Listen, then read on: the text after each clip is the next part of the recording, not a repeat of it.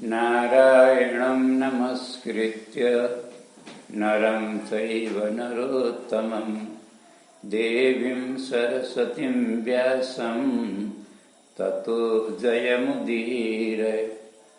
सच्चिदानंद भगवान को आउनुहोस् भक्तवृन्द, आजको सत्सङ्गलाई हामी शुभारम्भ गरौँ।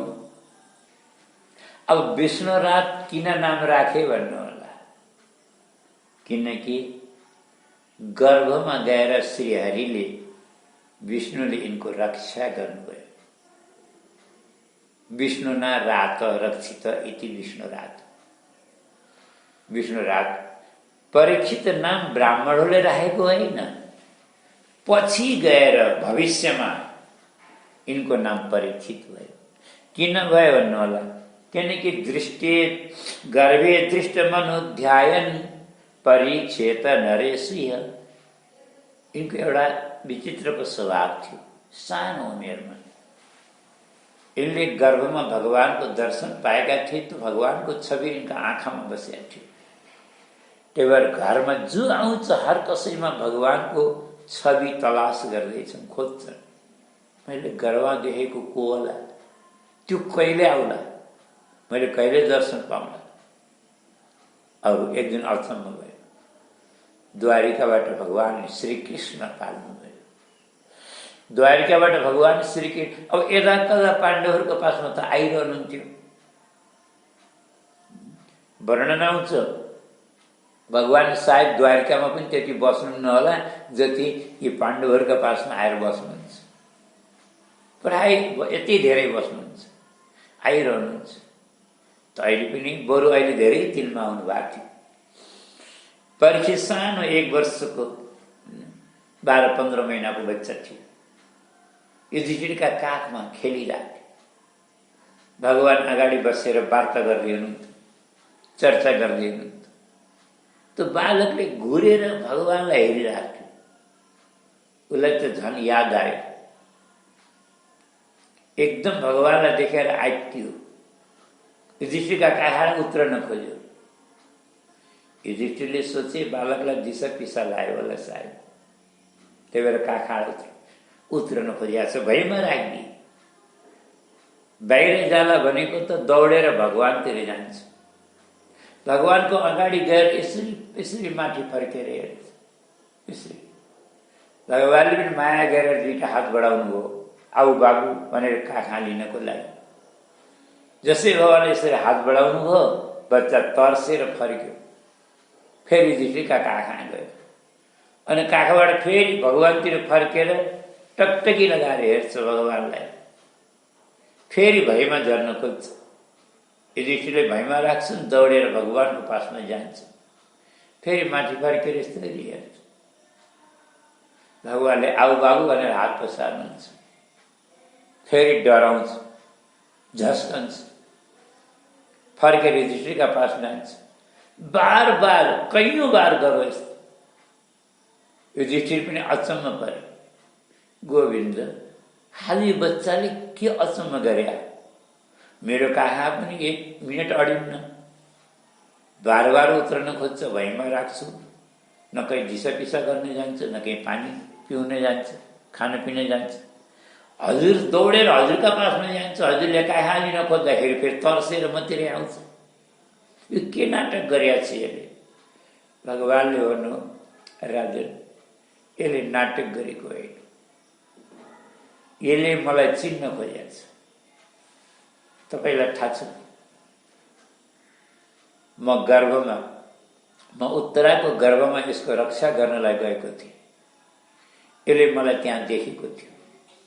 यसलाई मेरो अनुहार याद छ। त्यही भएर हर कसैमा मेरो अनुहार तलास छ यसले।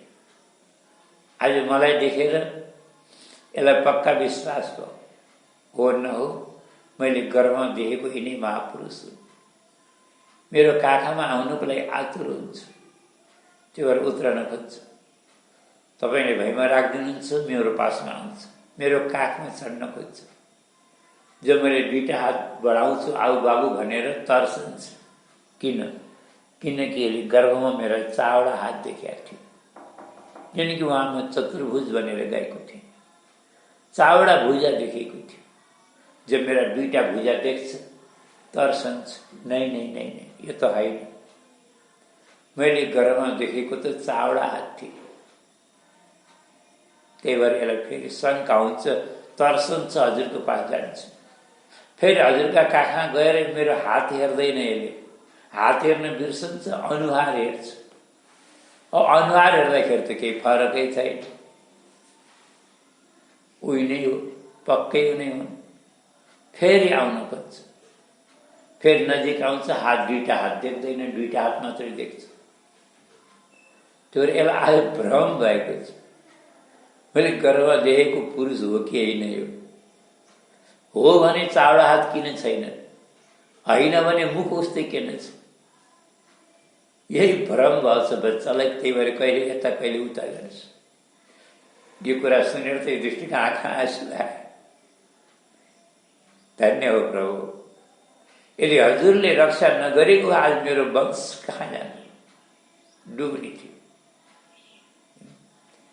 त्यही भएर यिनको नाम परीक्षित भयो। परीक्षित नरेश्रिय, परीक्षा गर्दा गर्दै परीक्षित नाम भयो। आज ब्राह्मणहरूलाई यसरी बहुत सम्मान गरे, दान दक्षिणा आदि उपहार दिए। ब्राह्मणहरू आशीर्वाद दिएर गए। अगाडि सुजीले एक अध्यायमा विदुरजीको कथा सुनाउनुहुन्छ। महाभारतको लडाईँमा विदुरजी बस्नु भएन। अब एउटा कुरा निवेदन गरौँ, कोही महाभारत पढेका पनि हुनुहोला, विद्वानहरू हुनुहोला, गुरुहरू हुनुहोला, कोही महाभारतको कथा मात्रै पढेका हुनुहोला, भ्रम होला। किनकि महाभारतमा कथा अर्कै आउँछ। त्यही भएर यहाँ तुलना नगर्नु।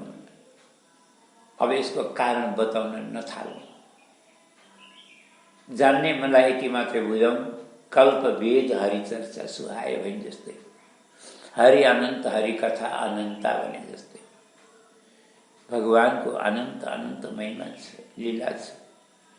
त्यही भएर शङ्का नगरौँ। महाभारत इतिहास पुराण हो, इतिहास हो भने भागवत एउटा दर्शन हो, एउटा सिद्धान्त हो, निष्कर्ष हो, निचोड हो।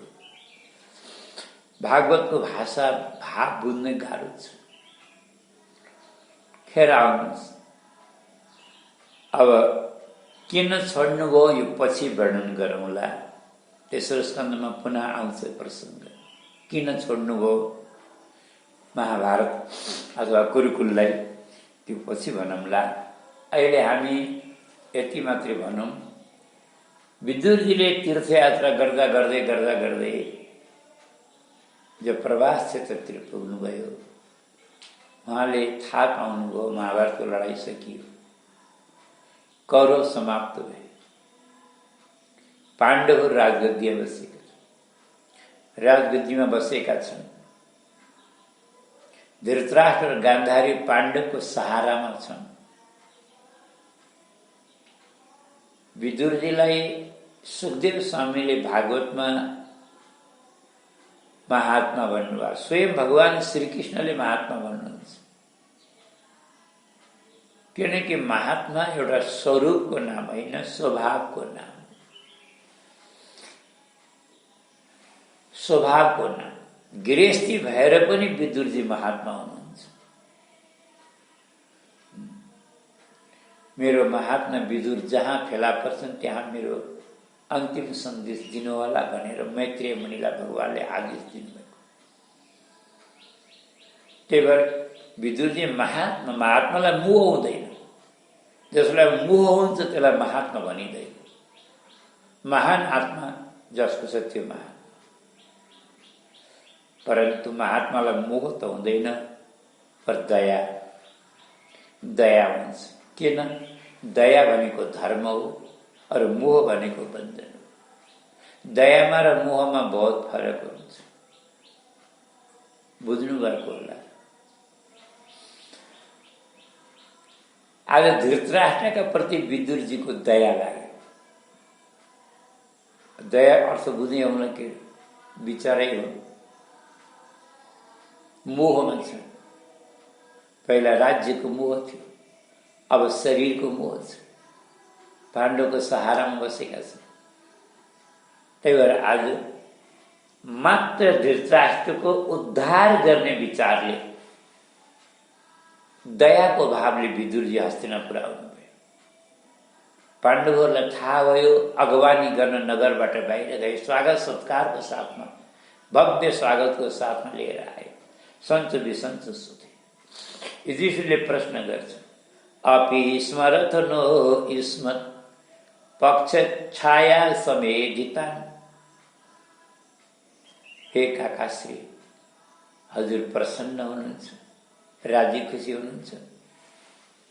हजुरले त हामीलाई बिर्सनु, तर हामीले कहिल्यै बिर्सन सक्दैनौँ। आज हामीले यो जीवन पाएका छौँ हजुरको कृपाले हो।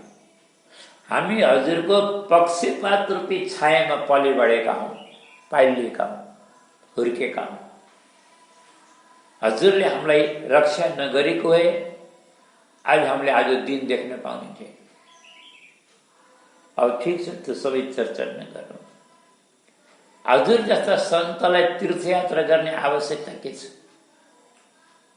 भगवत विधा भागवता तीर्थभूता स्वयं विभो। हजुर जस्ता परम भागवत स्वयं तीर्थ स्वरूप सन्त महात्मालाई तीर्थयात्रा गर्ने कोही आवश्यकता छ? हजुरले त जहाँ चरण राख्नुहुन्छ, हजुर जस्ता सन्तले त्यहाँ त्यो भूमि नै तीर्थ हुन्छ। अच्छा, एउटा कुरा हामीले पनि बुझौँ, सन्त महात्मा तीर्थयात्रा किन गर्छ?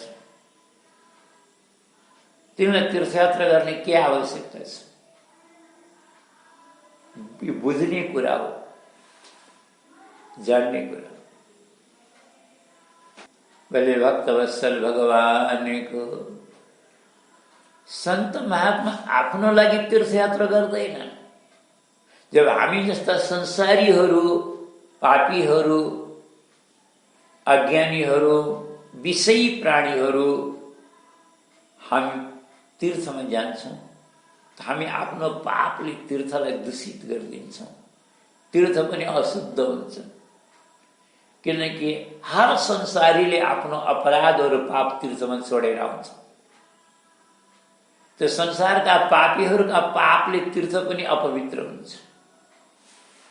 दूषित हुन्छ, मैला हुन्छ। युधिष्ठिर भन्छन्, तब हजुर जस्ता महात्माहरू गएर तीर्थमा स्नान गरेर त्यो तीर्थको अपवित्रतालाई, मललाई, मैललाई साफ गर्छन्, पवित्र गरिदिन्छन्। तीर्थी कुर्वन्ति तीर्थानि, तीर्थी कुर्वन्ति तीर्थानि, तीर्थलाई तीर्थ बनाउनेवाला हजुर जस्ता सन्त महात्माहरू। कसरी भन्नु? स्वान्तस्थेन गदावृता, किनकि सन्त महात्माका हृदयमा श्रीहरि प्रत्यक्ष वास गर्छन्। त्यही भएर सन्त महात्माको स्पर्श पाएर नदीहरू पवित्र हुन्छन्, तीर्थहरू शुद्ध हुन्छन्। त्यही भएर तीर्थी कुर्वन्ति तीर्थानि। ठिक छ, हजुरले कुन कुन तीर्थमा जानुभयो, कहाँ कहाँ के अनुभव प्राप्त गर्नुभयो? अब तीर्थको अनुभव होइन, सन्त महात्मासँग साँच्चै भन्यो भने हामीले लिने कुरा के हो थाहा छ? सन्त महात्माले गरेको भजन दिनुहोस् भनेर दिन्नन् कि? दिएछन् भने आशीर्वाद। त्यही भएर सन्त महात्मासँग हामीले लिने कुरा भनेको सन्त महात्माको अनुभव सबभन्दा ठुलो कुरा हो, जसको बिना हाम्रो जीवन शून्य छ, अधुरो छ। हाम्रो जीवनमा बहुत ठुलो कमी छ। त्यही भएर सन्त महात्माको सङ्गत गर्नुपर्छ। महात्माको सङ्ग गरेर महात्माहरूबाट अनुभव प्राप्त हुन्छ।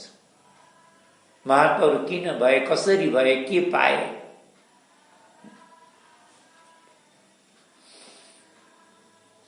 विदुरजीले पनि सबै कुरा बताउनु भयो। तीर्थयात्राको पुरा वृत्तान्त वर्णन गर्नु, तर एउटा कुरा बताउनु भएन।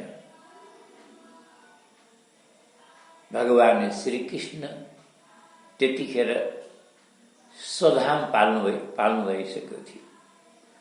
भगवान स्वधाम गइसक्नु भएको थियो। यो खबर पाण्डवहरूलाई थाहा थियो। और विदुरजीलाई थाहा थियो। अब यति ठुलो खबर किन लुकाउनु भयो भन्नु होला, किनकि विदुरजीले आज पहिलो बार पाण्डवहरूलाई प्रसन्न देख्नु। किनकि पाण्डवहरूको जीवन कस्तो थियो थाहा छ के पहिला। आज विदुरजीलाई बडा आनन्द लाग्यो पाण्डवहरूलाई प्रसन्न देखेर। धर्मको स्थापना भएको छ, राज्यमा शान्ति छ, सस्य श्यामला धरती छन्, प्रजाहरू प्रसन्न छन्, आनन्दित छन्, पुत्रवत युधिष्ठिरले पालन गरेका छन्। यस्तो आनन्दको वातावरणमा मैले यो तितो खबर, यो अप्रिय खबर समाचार सुनाएर म पाण्डवहरूलाई फेरि रोएको देख्न सक्दिनँ। आफ्नो आँखाको अगाडि पाण्डवलाई दुबारा रोएको देख्न सक्दिनँ। नीतिले भनिएको छ नि, सत्यम ब्रूयात्, सत्य बोल्नु अरे। पर याद राख्नु, सत्य त बोल्ने हो तर तितो सत्य बोल्ने होइन है। तितो सत्य बोल्ने। कलियुगमा त मान्छे सत्य बोल्दै बोल्दैन, बोले पनि तितै सत्य बोल्छ है। तितो सत्य हेर्दै हेर्दै तितै बोल्ने बानी लाग्यो जस्तो छ। मान्छे पनि तितै तिता भएका। कसैलाई मिठो प्रश्न गर्नुहोस् तितो उत्तर दिन्छ। व्याख्या गर्नु न त। नीतिले भन्छ सत्यम ब्रूयात्, प्रियम ब्रूयात्, न ब्रूयात् सत्यम अप्रियम। अप्रिय छ भनेदेखि सत्य भए पनि के सुनाउनु जरुरी छ? जरुरी छ भने पनि अवसर हेरेर सुनाउँदा हुन्छ। एउटा अर्को कुरा, एउटा प्रवचन, यो तितो खबर त आफै फैलिन्छ हावाले। एक दिन आफै थाहा हुन्छ। आफैले सुनाउने किन पर्यो? त्यसको श्रेय आफूले किन लिनु पर्यो? त्यही कारण विदुरजीले यो अप्रिय खबर पाण्डवहरूलाई सुनाउन सक्नु भएन। अरू सबै खबर सुनाउनु भयो। केही दिन तक बडा सम्मानपूर्वक युधिष्ठिरले पाण्डवले बहुत सम्मान गरेछन्, त्यहाँ बास गर्नुभयो। र एक दिन एकान्त अवसर पाएर पाण्डवहरू कहीँ गएको बेला, खालि धृतराष्ट्र मात्रै भएको बेलामा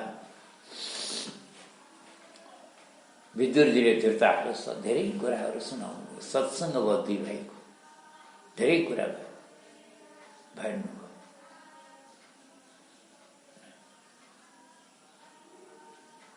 बल्ले भक्तवत्सल भगवानको राजन भनेर सम्बोधन गर्नुभयो। अब यहाँ एउटा कुरा हुन्छ, अब धृतराष्ट्र राजा त छैन, अब के को राजन होइन। तर यो विदुरजीको एउटा व्यङ्ग, अझै पनि राज्य छैन तर राज्यको आसक्ति छ।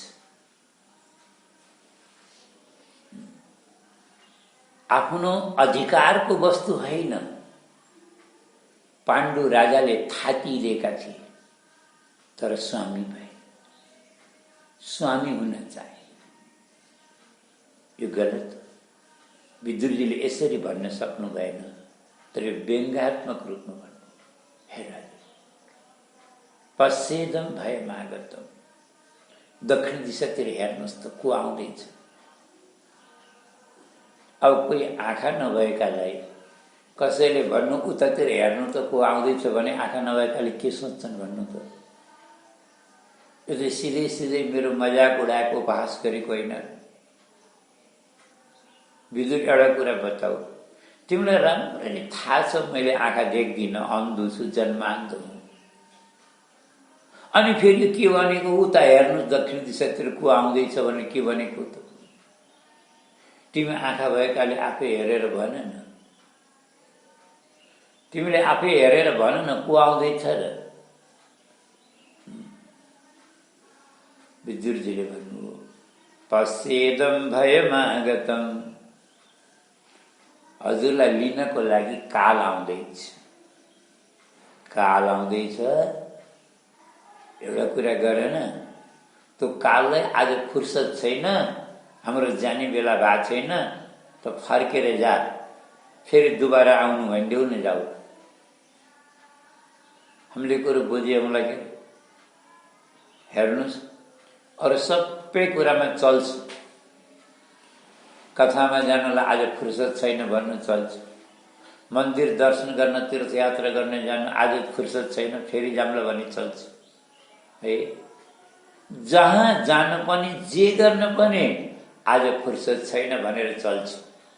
परन्तु काल लिनको लागि आइसक्यो भनेदेखि फुर्सद छैन भनेर चल्छ। काल त फर्केर जानेवाला छैन, फुर्सद छैन भने पनि। बरु कालको डर लाग्छ भने आफू नै कतै लुक्न जानु नि है। कालले नभेटाउने ठाउँमा नि त्यस्तो ठाउँ पनि कहीँ होला र? अच्छा, थाहा पाउन पात्र मान्छे सबै त्यहीँ जान्थे होला लु। परन्तु विदुरजी भन्नुहुन्छ यहाँ त्यस्तो ठाउँ पनि छ एउटा, कालले नभेटाउने ठाउँ छ एउटा भन्नुहुन्छ। कहाँ होला त्यस्तो? हरिद्वार। अब हरिद्वारको नाम सुनेर फेरि सबै बोरिया बिस्तर बाँधेर हिँडिदिनु होला नि हरिद्वार। हरिद्वार भनेको उहाँ हरिद्वार भनेको होइन, भगवान श्री हरिको चरण कमलको शरण भनेको। हरिको चरण कमलमा, चरण कमलको शरणमा जानु, त्यहाँ काल पुग्दैन। कसरी पत्याउने, के प्रमाण छ भन्नु? सबभन्दा ठुलो प्रमाण त भगवानकै वचन छ। भगवानले के भन्नुहुन्छ? न मे भक्त प्रणश्यति, मेरो शरणागत भक्त कहिल्यै मर्दैन। अब न मे भक्त प्रणश्यति भगवानको वचन हो कि होइन? अब यसको अर्थ नबुझ्ने मान्छेले, यसको भाव नबुझ्ने मान्छेले के भन्छन्? यो सब गलत हो। किन मर्दैनन्? मर्न त पुण्यात्मा पनि मर्छन्, पापात्मा पनि मर्छन्, होइन र? भक्त पनि मर्छन् र नास्तिक पनि मर्छन्। मर्न त सबै मर्छन्, को मर्दैन र? अनि कसरी पत्याउने त नमै भक्त प्रणश्यति? अब यहाँ हामीले एउटा कुरा विचार गरौँ। पहिलो कुरो के भगवानले झुट बोल्नुभयो होला? नै, भगवान कहिल्यै झुट बोल्नुहुन्न। दोस्रो कुरा, हामीले मर्ने भन्ने कुरा वास्तवमा भन्ने भने अर्थै बुझिया छैन। हामीले चोला बदल्नुलाई मर्नु भन्छ।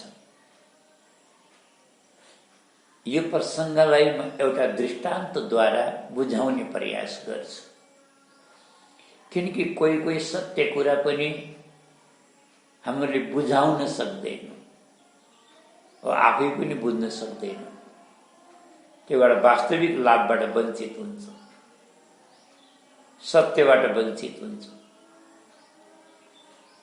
एउटा दृष्टान्त, हामीले बिरालाले मुसो छोपेको देखेका छौँ। कसरी छोप्छ? एक बार छोपेपछि तुरुन्तै खान्न कि छोडिदिन्छ, खेलाउँछ। मुखले छोडे पनि मुसो भाग्न सक्दैन, कति अतासिया हुन्छ, काइलिएको हुन्छ, एकदम होपलेस भएको हुन्छ। एउटा उखानै छ, बिरालाले मुसो खेलाइदिने भन्छन् कि नै भन्छ। त्यो बिरालाका मुखमा त्यो मुसो कति कति अतासिएको हुन्छ, छोड्दाखेरि भाग्दैन। अब त्यही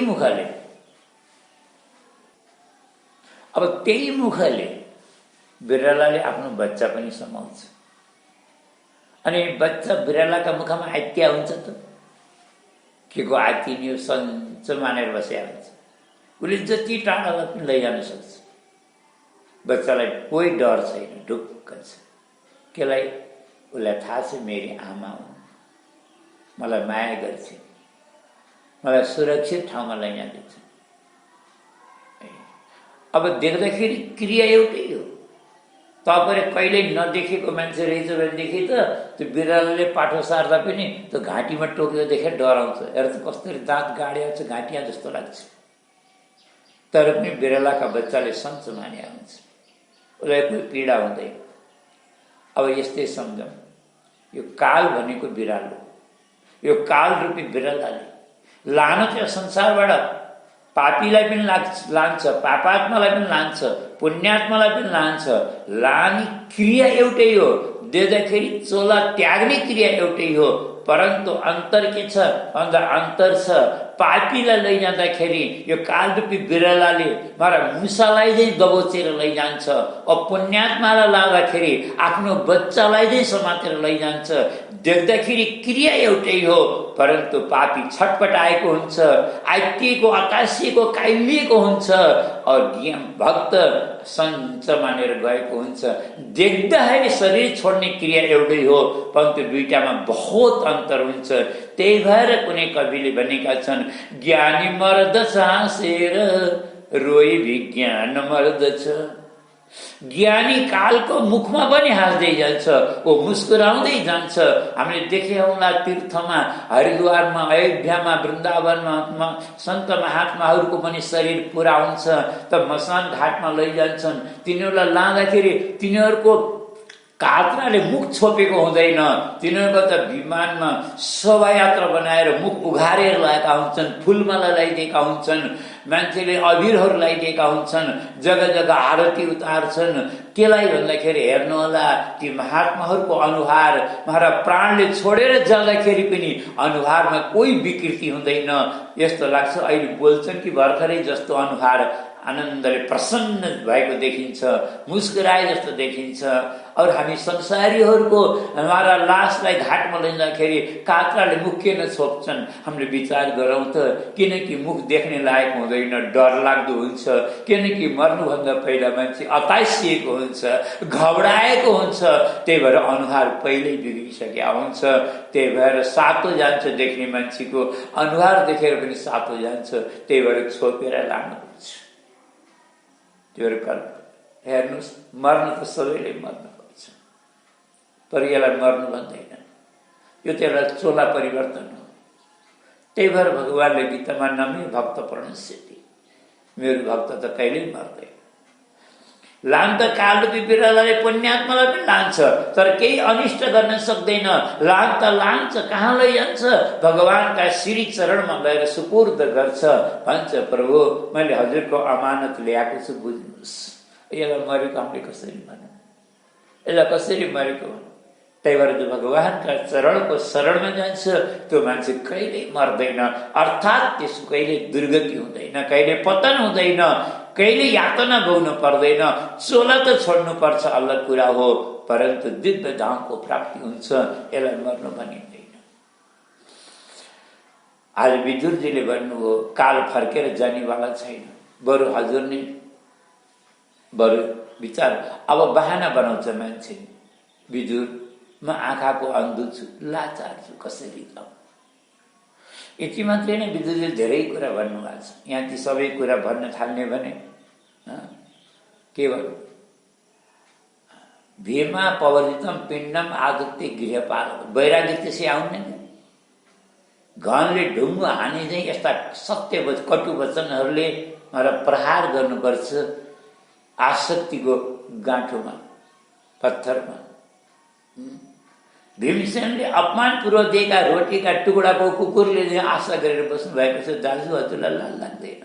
हजुरले यिनी पाण्डवलाई कति मार्ने चेष्टा गर्नुभयो, सताउनुभयो, दुःख दिनुभयो, जिन्दगीभर दुःख दिनुभयो, कहिल्यै सुख दिनु भएन, र आज यिनीका रोटीका टुक्रामा पालिनु भयो। आज विदुरजीले एउटा बहुत अनमोल वचन भन्नुभयो। हेर्नु, संसारमा बुद्धिमान मनुष्यको हो जसले सो विवेकले, आफ्नै बुद्धिले संसारको नश्वरता, शरीरको क्षणभङ्गुरता जानेर बुझेर कुनै सद्गुरुको माध्यमबाट भगवानको शरणागत भएर संसारबाट अनासक्त भएर संसारको मोह मायालाई त्यागेर संसारमा रहे पनि आसक्त नभइकन तटस्थ भएर सावधान भएर भगवत परायण भएर जसले जीवन यापन गर्छ र अन्त्यमा भगवानको धामलाई प्राप्त गर्छ त्यो उत्तम मनुष्य हो, बुद्धिमान। और मध्यम मनुष्यको हो। सो विवेकले त भगवानको कहिल्यै भक्त बन्न सकेन, भगवत परायण हुन सकेन, आफ्नो बुद्धि त जिन्दगीमा कहिल्यै आएन। तर सन्त महात्माको अर्थ उपदेश सुनेर, सत्सङ्ग गरेर, ज्ञान प्राप्त गरेर, गुरुको बाणीले भगवानको भक्त हुनु, भगवत परायण हुनु, यो मध्यम श्रेणी का मनुष्य न स्वविवेकले भगवान को भक्त हुन सको, भगवत परायण बन्न सको, न संत महात्मा को कहिले अर्थ उपदेश ग्रहण गरो, खाली संसारमा मर्ने बेलासम्म आसक्त भएर डुबेर जसले शरीरलाई त्याग गर्छ, जन्मेको यो मनुष्य चोला पाएको पनि बेकार हुन्छ, व्यर्थ हुन्छ, पृथ्वीलाई भार हो। तब यति कटु वचन सुनेपछि बल्ल धृतराष्ट्रले ठिक छ विदुर, तिमीले धेरै घोचेर नभन न, म के गरौँ त, आँखाको अन्धो छु, लाचार छु भन्छन्, अझै पनि बहाना बनाइदिन्छन्। एउटा कुरा बता, साँच्चै भन्ने भने हामी सबै अन्धै छौँ। किन? जसलाई सत मार्गको, जसले यी आँखाले सत मार्ग देखिन्न कि सत के असत के यी आँखाले देख्छ त, यो त देख्ने ज्ञान दृष्टि हो। अझ ज्ञान दृष्टि छैन भने अज्ञान दृष्टिका ज्ञान दृष्टिका मार्ग हामी सबै अन्धै छौँ कि होइन? त्यही भएर म के गरौँ त, युधिष्ठिरले भन्न तयार त हुनुहोस्, म छु नि बाटो देखाउने वाला। आज आधी रात मध्यरात चुपचाप उठेर धृतराष्ट्रले विदुरजीको हात समाते। विदुरजी त्यहाँ महलबाट निस्केर दुवै निस्के, तर गान्धारीलाई सोध्दा पनि सोधेन। गान्धारी जस्तो पतिव्रता नारी संसारमा कहाँ होला र को होला? कल्पना गर्नु त। विवाह भएर पतिमा श्रद्धा गर्ने, आदर गर्ने, पतिको सेवा गर्ने नारी त हजारौं लाखौं भए, परन्तु विवाह नगर्दै कन्यावस्थामा नै मेरा हुनेवाला पति अन्धा छन् भनेको सुन्दै तस आँखामा पट्टी बाँधेर पातिव्रत धर्म निभाउने नारी गान्धारी। यति पति भक्ति, यति पतिलाई आदर सम्मान गर्ने नारी संसारमा बहुत दुर्लभ छ। यस्ती गान्धारीलाई जाने बेलामा एक बार पनि सोधेनन् धृतराष्ट्रले, म त जान लाएँ विदुरसित, तिमी के गर्छौ? कमसे भन्न त पर्ने हो नि, दुःख पाउँछौ नजाऊ बस भने कि त फकाउनु पर्ने हो, कि त हिँड जाम भन्न पर्ने हो।